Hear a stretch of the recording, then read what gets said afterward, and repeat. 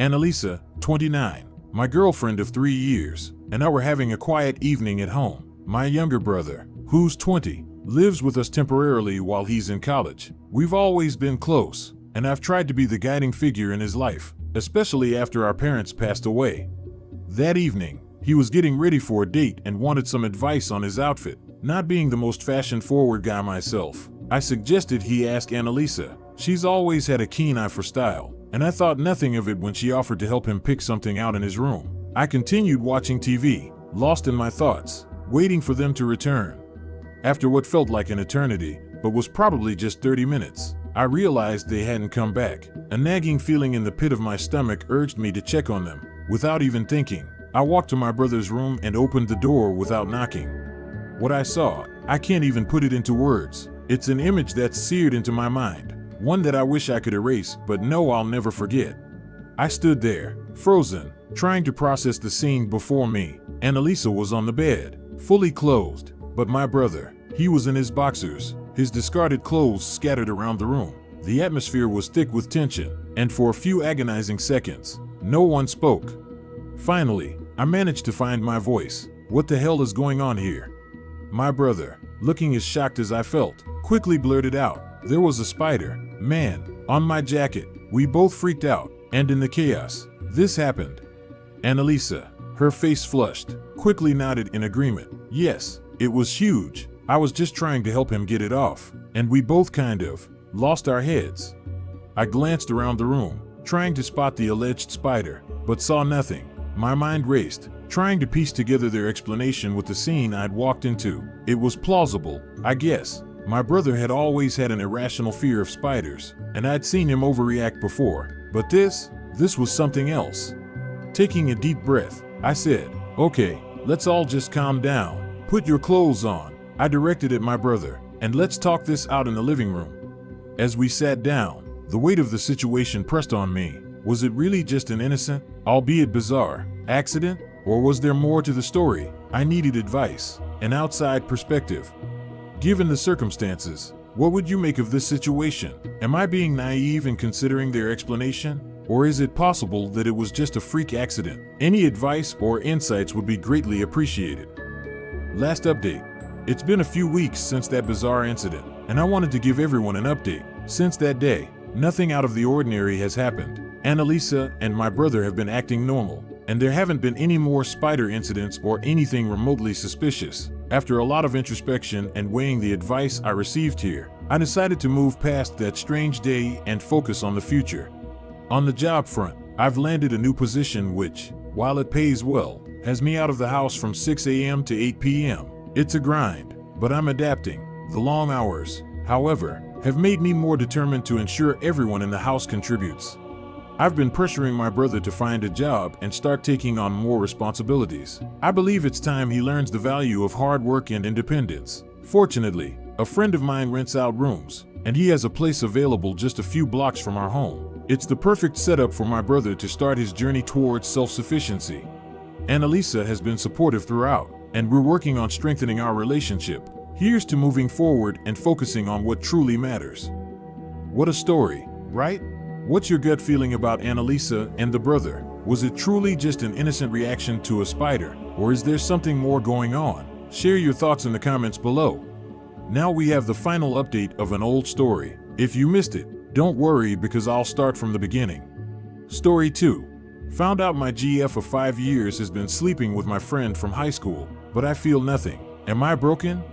I, 34M, had been dating my GF, 31F, Ashley, for 5 years. We met back in 2018. I remember the day vividly. I was coming home from work as a traffic controller when I came up behind a car that was sitting at a green light. I of course was tired and irritated from work, so I honked my horn and yelled for the driver to move. The driver waved their hands out her window. I got out of my truck to see what was going on. The driver, Ashley, was in tears saying that her car ran out of gas and didn't know where the nearest gas station was located. Since I lived nearby, I knew the nearest gas station was nearly 2 miles away. I offered to help her, and she happily accepted. I pushed her car off to the side of the road to prevent any accidents. Since she didn't have a fuel canister, I drove her to the nearest gas station and filled the gas canister I had stored in my work truck. after putting gas in her car and helping her get to the gas station to finish fueling up her car. We exchanged phone numbers. After that day,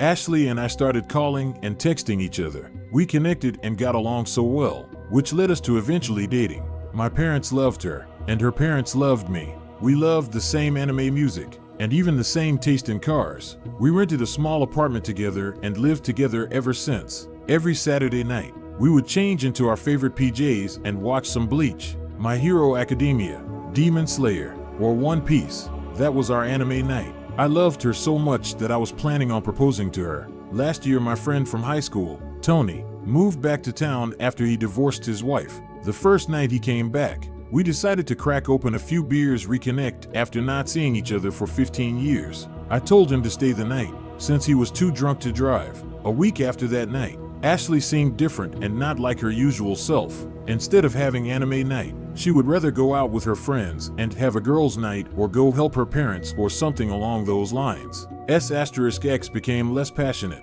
and seemed more like a chore for her. She even stopped saying I love you before I left for work in the morning. Tony even stopped talking to me, even though we were good friends. It seemed strange, but I didn't think too much of it. That is until last week. The job site had to be shut down early for the day due to heavy rain. When I got home, I saw Tony's car parked out front. I thought Tony was waiting for me to get home, so we could hang out. I walk inside to find Tony on the couch, while Ashley was naked and riding him. At that moment, it was like my brain had shut off all emotions inside my head. I felt no anger, no sadness, no hatred, no heartbreak, nothing. I was numb. I stood there for about 10 seconds before they noticed me. Ashley freaked out, while Tony grabbed his shirt and ran off. Ashley kept crying and saying that it was not what it seemed, that it was a mistake, and that she's sorry. I simply packed my stuff and left the apartment. The only thing I said to Ashley was an emotionless goodbye before leaving. I called my dad and told him what happened. I also asked if I could stay with him for a bit and he let me move into his house. I'll keep you updated on anything in the future. As of now, it has been 5 days since that event and I still feel nothing. No emotions, just numb. Am I broken? Update. Here is an update on the situation. I've finally started to smile and laugh again. I've contacted my landlord and explained the situation. He told me not to worry, and that I will be getting 100% of my deposit and her deposit. Any damages to the apartment will be taken out of her portion of the deposit. I contacted Ashley's parents and told them the situation. They were shocked and disgusted that their daughter could commit such a disgraceful act. They wanted me to forgive them for what their daughter did. I told that they don't need forgiveness, since they didn't break my heart. I blocked Ashley and Tony on my phone and all of my media accounts. My mom was sad upon hearing the events of what happened. My father was furious, because he liked Tony a lot. I don't think I can repeat what he said, due to the graphic nature of his words. I'm slowly getting my life back on track. I'm focusing more on my family and my job. My mother asked me if I would ever join the dating scene again. I didn't want to yell at her for asking such a question, so I simply told her that I'll think about it in a few months. Final update. I feel I should give you all one last update on the situation. So here it goes. I'm doing well with myself, although I did have an ugly cry session about 2 weeks ago. I think it was because the realization finally hit me that my ex-girlfriend broke my heart and my ex-best friend stabbed me in my back. But I am over that and have moved on. Last week, I ran into Ashley's parents at the store. They again apologized profusely about what their daughter had done. I accepted their apology and again told them that it wasn't them who broke my heart. Her mother told me that they haven't heard much from Ashley. The last time they saw her, Ashley had moved out of state with Tony, which is good for me, because the farther those two are away from me, the less likely I will ever see or deal with them ever again. My work performance has improved to where I got promoted to crew lead. I'm still living with my father because his Social Security income checks have been decreasing over time. So I decided to live with him to help pay for some of the bills and necessities. I have been thinking about rejoining the dating scene again, because to be honest, I do have my father to keep me company, but I do miss the love and companionship that only a lover could give to fill that empty void in my life. What a story! How would you react if you were in his shoes? And how would you cope with such a betrayal from two of the most important people in your life? Let's discuss below in the comments. That's the end of our episode for today. If you enjoyed these stories and want more, don't forget to hit the like button, subscribe and activate the notification